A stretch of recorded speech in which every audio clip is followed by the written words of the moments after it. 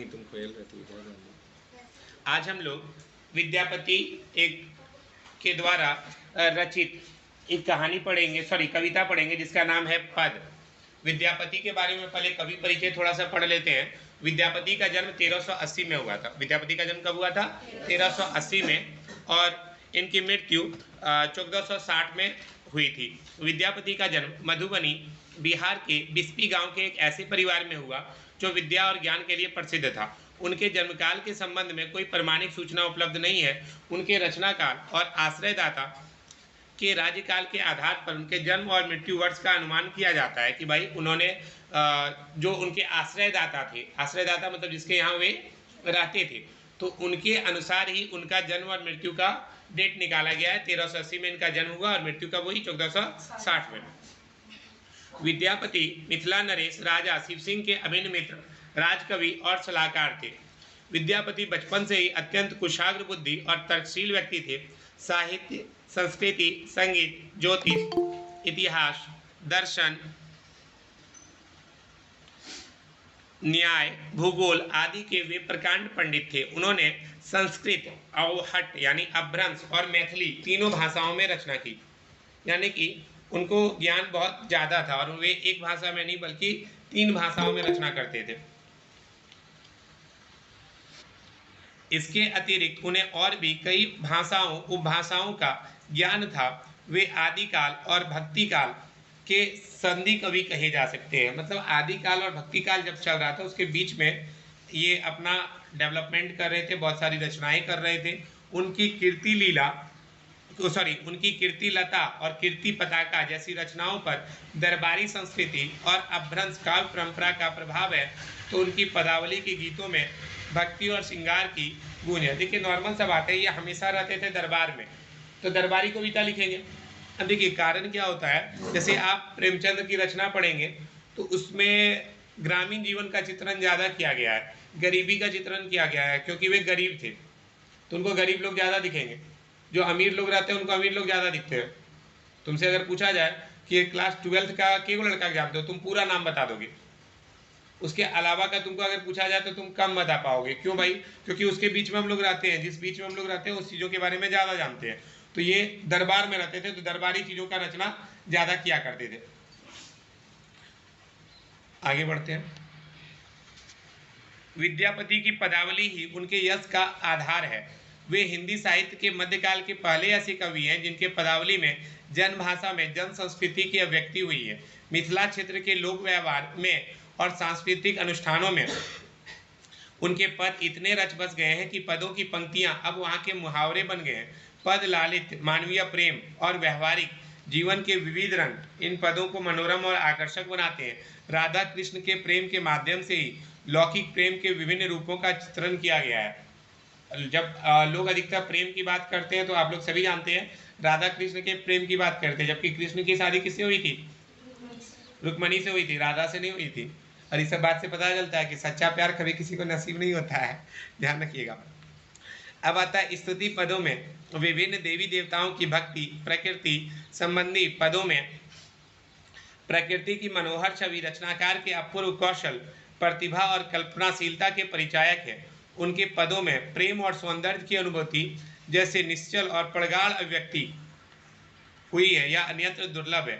इनकी महत्वपूर्ण कृतियां, आपसे डायरेक्ट पूछ दिया जाएगा कि विद्यापति के महत्वपूर्ण किन्हीं 2 कृतियों के नाम लिखें, तो आपको याद रखना पड़ेगा कीर्तिलता, कीर्ति पताका या पुरुष परीक्षा, भूप परिक्रमा, लिखनावली, पदावली, कोई भी 2 आप याद कर लीजिएगा। इस पाठ्य पुस्तक में विद्यापति के 3 पद लिए गए हैं। पहले में विरहनी के हृदय के उद्गारों को प्रकट करते हुए उन्होंने अत्यंत दुखी और कातर बताया। किसके बारे में? विरहनी। विरहनी किसको कहा जाता है? मान लेते हैं कोई प्रेम में पड़ा हुआ है, उसका प्रियतम उसको छोड़ करके चला गया हो, तो वह क्या हो जाएगी? अत्यंत दुखी या कातर हो जाएगी। अब आता है और उनका हृदय प्रियतम द्वारा हर लिया गया है। प्रियतम गोकुल छोड़ करके, या मधुपुर लिख दिया है, मधुपुर नहीं होना चाहिए, ये हो जाएगा वर्ज होगा शायद, मधुपुर नहीं होगा। ये हमारे मधुपुर की चर्चा की जा रही है, लेकिन मधुपुर नहीं होगा, कुछ और है वर्ड, आगे पढ़ेंगे तो पता मधुबन होगा। बिल्कुल। कवि ने उनके कार्तिक मास में आने की संभावना प्रकट की है। कवि क्या बोल रहे हैं कि तुम्हारा प्रियतम कब आएगा? कार्तिक मास में आएगा। दूसरे पद में प्रियतमा सखी से कहती है कि मैं जन्म जन्मांतर से अपने प्रियतम का रूप ही देखती रही, परंतु अभी तक नेत्र संतुष्ट नहीं हुए हैं, उनके मधुर बोल कानों में गूंजते रहे। तीसरे पद में कवि ने विरहनी प्रियतमा का दुख भरा चित्र प्रस्तुत किया है। दुख के कारण नायिका के नेत्रों से आंसू बहते जा रहा है कि मेरा प्रियतम कब आएगा, और उसके नेत्र क्या हो रहे हैं, खुल नहीं पा रहे हैं। वह विरह में छन छन छीन होती जा रही है। हाय रे दुख, कब आएगा वो मुझसे मिलने, मेरे लिए होना चाहिए मिलने। चलिए ठीक है, अच्छा आगे बढ़ते हैं। अब कविता के पर आते हैं पद पे। पद में है के पतिया लय जात रे मोरा पीतम पास, ये नहीं सा असा दुख रे भेल सावन मास। एक सरी भवन पिया बिनु रे मोही रहलो न जाय, सखी अनकर दुख दारुन रे जग के पतियाय। मोर मन हरि हर लय गेल रे अपनो मन गेल, गोकुल तेजी मधुपुर बस रे कन अबजस ले। नहीं, यहाँ पर मधुपुर ही दे रहा है बार बार, लेकिन वो तो मधुवन होना चाहिए था। बस रे कन अबजस ले विद्यापति कवि गावल रे, धनी धरु मन आस आवत तोर मन भावन रे ए ही कार्तिक मास। करे मेरे पति कब आएंगे, के लाजा मुझे जो है अपने पति के पास, अपने प्रियतम के पास कौन ले जाएगा। ये नहीं सा असा दुख, अब हमको असा दुख सहल नहीं जा रहा है। भेल सावन मास, और कौन सा मास आ गया है, सावन मास। एक सरी भवन पिया बिनु रे मोहरी रहलो न जाए। एक सरी मतलब एक पल भी, एक बेरा भी, सरी मतलब बेरा हो जाता है, एक बेरा भी हमको पति के बिना रहल नहीं जा रहा है। सखी अनकर दुख दारुण रे, मेरा दुख क्या है, बहुत ज्यादा बढ़ गया है। क्यों भैया, क्योंकि हम अपने पति के साथ नहीं रह पा रहे। मोर मन हरि हर ले गए, मेरा मन कौन लेकर के चला गया है, हरि लेकर के चला गया। हरि किसको कहा जा रहा है, यहाँ पे कृष्ण को कहा जा रहा है। गोकुल तेजी, वे गोकुल को तेज करके कहाँ बस गए, मधुपुर नहीं, यहाँ पर मधुवन नहीं होगा, मधुवन में जाके बस गए हैं। और करा विद्यापति कवि गा रहे हैं, धनी धरु मन आस, की कोई बात नहीं धनी, तुम अपना मन में आस धरो, तुम्हारा प्रियतम कब आ जाएगा, कार्तिक मास में आ जाएगा, टेंशन मत लो, कार्तिक मास में वो घर आ जाएगा। आगे बढ़ते, सखी है कि पुछसी अनुभव मोहे से प्रियति अनुराग बखानी, तिल तिल नूतन होए जन्म अवधि हम रूप निहारल नयन न तृप्ति भेल, से हो मधुर बोल स्वनी सुनल श्रुति पथ परस न गेल, कत मधु जवीनी रसब गाम माँ ओली न बूझल कैसन केली, लाख लाख जुग हिया हिया राखल तैयो ही जरी न गेल, कत बिक्त गद जन रस अनुमोदे अनुभव काहू न पेक, विद्यापति का प्राण जुड़ाए थे लाखे न मिली एक। देखिए इस पद का भावार्थ क्या है, तो प्रस्तुत पद क्या है, विद्यापति के द्वारा रचित है, आप सभी जान रहे हैं। इस पद में नायिका अपने प्रियतम को जन्म जन्म से देखकर भी प्रसंग देखकर भी तृप्त न होने की बात अपने सखी को बताते हुए नायक के प्रति अपने प्रेम को व्यक्त करती है। नॉर्मल सा बात है, कोई भी नायिका जो होती है अपना दुख दर्द किसके पास सबसे ज़्यादा शेयर करती है, अपने दुख के अपने दोस्तों के पास करती है। तो अब वही चीज़ कहा जा रहा है, नायिका नायक से प्रेम करने में पूर्ण रूप से कुशल है, वह बहुत समय से नायक से प्रेम कर रही है। उसके सखी उसके इस प्रेम व्यवहार को जानती है और उत्सुकतावश उसकी प्रेमानुभूति के विषय में जानना चाहती है। उसे समझाते हुए नायिका कहती है, हे सखी, मेरे प्रेमानुभूति के विषय में किए गए मेरे अनुभव को क्यों बार बार पूछती हो। अब दोस्त लोग इतना खच्चर होता है, आपको जनाने के लिए बार बार पूछेगा। तो बस वही कह रहा है, इस प्रेमानुभूति का वर्णन तो प्रति क्षण नूतन होता है, प्रेम तो क्षण क्षण बदलने वाला है, यह अवर्णीय है। आजीवन में प्रिय के रूप में देखती रही, मगर फिर भी मेरे नेत्र अभी तक उसको देखने के लिए तृप्त नहीं हुए। मेरा मन करता है उसको क्या करें, और ज्यादा देखें। अब यह क्या है, अवर्णीय है। न जाने कितने मिलन रात्रियां मैंने प्रियतम के साथ काम क्रिया में व्यक्त कर दिया है, परंतु फिर भी यह न समझ सकी कि केली क्या होती है और कैसे होती है। लाखों युग तक मैंने प्रिया को हृदय में धारण किया, लेकिन फिर भी हृदय में स्थित प्रेमानुभूति की जलन अब तक नहीं गई। प्रेमानुभूति तो प्रतिक्षण रूप परिवर्तित करने वाली होती है, अतृप्ति को बढ़ाने वाली होती है, अवर्णीय और अकथनीय होती है, इसको बताया नहीं जा सकता। यही कारण है कि प्रेम रस का पान करके विद्ध होने वाले न जाने कितने व्यक्तियों ने इसका अनुभव किया है। जो लोग एक बार प्रेम में पड़ गया है उससे पूछ सकते हो, कहानी बहुत अच्छा बताएगा। विद्यापति कवि कहते हैं कि प्राणों को शांति प्रदान करने वाला लाखों में एक भी नहीं मिलता। अगर लाखों आदमी उसके सामने आ जाए तो फीका पड़ता है, वह आदमी चाहिए। चलिए अब तीसरा पार्ट में पढ़ते हैं। कुसुमती कुसुमित कानन हेरी कमलमुखी मुंदी रहल दू नयन कोकिल कलरख मधुकर धुनि सुनी कर देही झापड़ कान माधय सुन सुन बचन हमारा तू गुण सुंदरी अति भेद दूसरी गुनी गुनी प्रेम तुहारा धरनी धरी धनी कतबेरी बसई पूनी तई उठी न पारा कातर दीठी करी चौदिस हेरी हेरी नयन गरे जलधारा तोहर बिरहा दिन छन छन तनु छिन चौरसी चांद समाना भनट विद्यापति सिथा सिंह नरपति लिख माँ देही। इसका मीनिंग क्या है पढ़ते हैं। तो प्रस्तुत पद में विद्यापति के द्वारा रचित है। इसमें भी वही बात बताया जा रहा है। किसके बारे में? नायिका अपने बारे में वर्णन कर रही है। किससे मिलने के लिए? नायक से मिलने के लिए, अपने प्रेमी से मिलने के लिए। तो नायिका की सखी नायक को नायिका की दयनीय दशा का वर्णन करते हुए बताती है। हे माधव, कमल जैसे सुंदर मुख वाली राधा पुष्प से भरे वन को देखकर अपने दोनों नयन बंद कर लेती है। कोयल का करलव और सरमर के मंडराने की ध्वनि को सुनते ही अपने कानों में हाथों की उंगलियां देकर हाथों से अपने कान बंद कर लेती है। हे कृष्ण, हमारी बात ध्यान पूर्वक सुनो।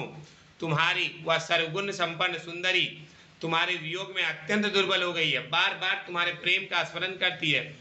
विरहग्रस्त नायिका राधा प्रकृति प्रदत्त उद्दीपक तत्वों की उपेक्षा करते हुए विरहवश अत्यंत दुर्बल होकर तुम्हारी स्मृतियों में खोई रहती है, तुम्हारी यादों में खोई रहती है।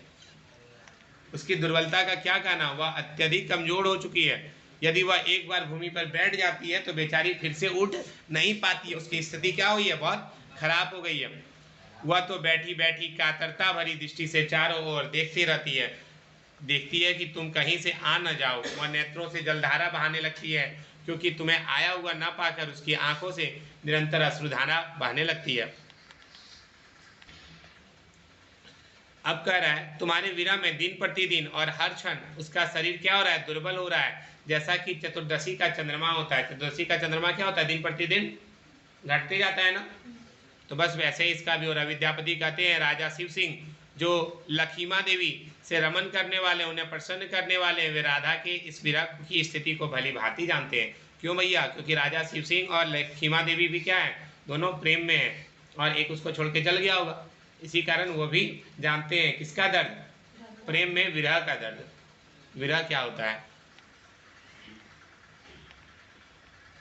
तो बस चैप्टर में आपका मेनली यही है।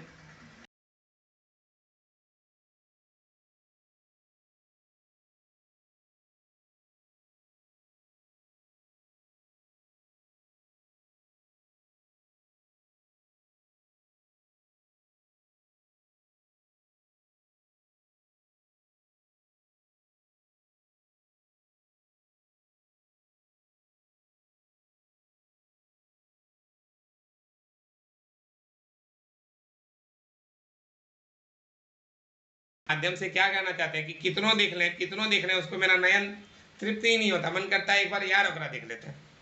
ठीक है, अधिकतर किसी को देखते ही होगे, बाबू एक बार वीडियो कॉल करो ना। तो बस वही है, नयन तृप्ति भेल। नायिका के प्राण तृप्त न हो पाने के कारण अपने शब्दों में लिखिए। इसको अपने शब्द में लिखना है। लिखिएगा खुद से आंसर, कोई किताब का नहीं लिखिएगा। देखते हैं कौन कितना सोच पाते हैं और सही वे में लिख पाते हैं। भाई किताब है, सही आंसर देना है, अपना शब्द में लिखिएगा, नेट का नहीं सर्च कीजिएगा। देखते हैं क्या कर पाइएगा। नायिका का प्राण तृप्त क्या नहीं हो रहा है? क्योंकि प्रेम क्या है? प्रेम अथाह समुद्र के समान है, जिसमें कभी भी किसी को जिससे प्रेम हो जाता है वह उसको छोड़ना नहीं चाहता। वह चाहता है हमेशा उसके साथ रहे। इसी कारण से उसका प्राण कभी भी तृप्त नहीं हो पाता। वह चाहता है कि जिंदगी भर जब तक मेरा जीवन रहे मेरा प्रेमी मेरे साथ रहे। से प्रियति अनुराग बखानी तिल तिल नूतन होए। से लेखक का क्या आशय है कि प्रेम का बखान करना बहुत मुश्किल है, यह हमेशा बदलती रहता है, उसका व्याख्यान करना संभव नहीं है। किसी को अगर बोलना, एक नॉर्मली आप लोग देखे भी होंगे अगर कोई प्रेम में एक बार पड़ गया ना, उसको बोलना ओकरा बेसी बढ़िया तुमको हम लड़का या लड़की दिवा देते हैं, बोलेगा नहीं चाहिए। ये आप लोग देखे होंगे बहुत कोई उसके कारण अपना सुसाइड तक कर लेगा, लेकिन ऐसा। अच्छा उधर भी है एक दो, चलो बढ़िया बात है। कोयल और भोरा के करलव का नायिका पर क्या प्रभाव पड़ता है? कोयल और भोरा जो करलव करते हैं, नायिका उसको सुनना नहीं चाहती। क्यों भाई? क्योंकि उसका सुनने से उसका किसके याद आ जाती है? अपने प्रेमी की याद आ जाती है।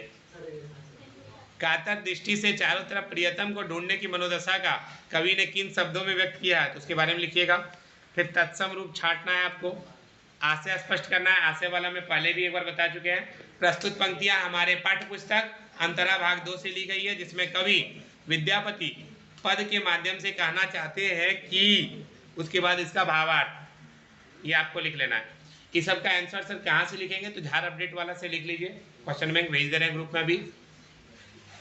बाकी आपका काम रहा इसको लिखना, याद करना। मेरा नंबर आप सभी को याद है, इसमें मैसेज कर दीजिएगा, मिल जाएगा। जो ऑनलाइन क्लास कर रहे हैं देख सकते हैं, ठीक है। आज का क्लास इतना ही रहने दे रहे हैं। आप लोग जो यहाँ पे आए हैं अपना दिखाइए, जो ऑनलाइन वाले हैं वे अपना लीव ले सकते हैं। हम इसको भेज दे रहे हैं।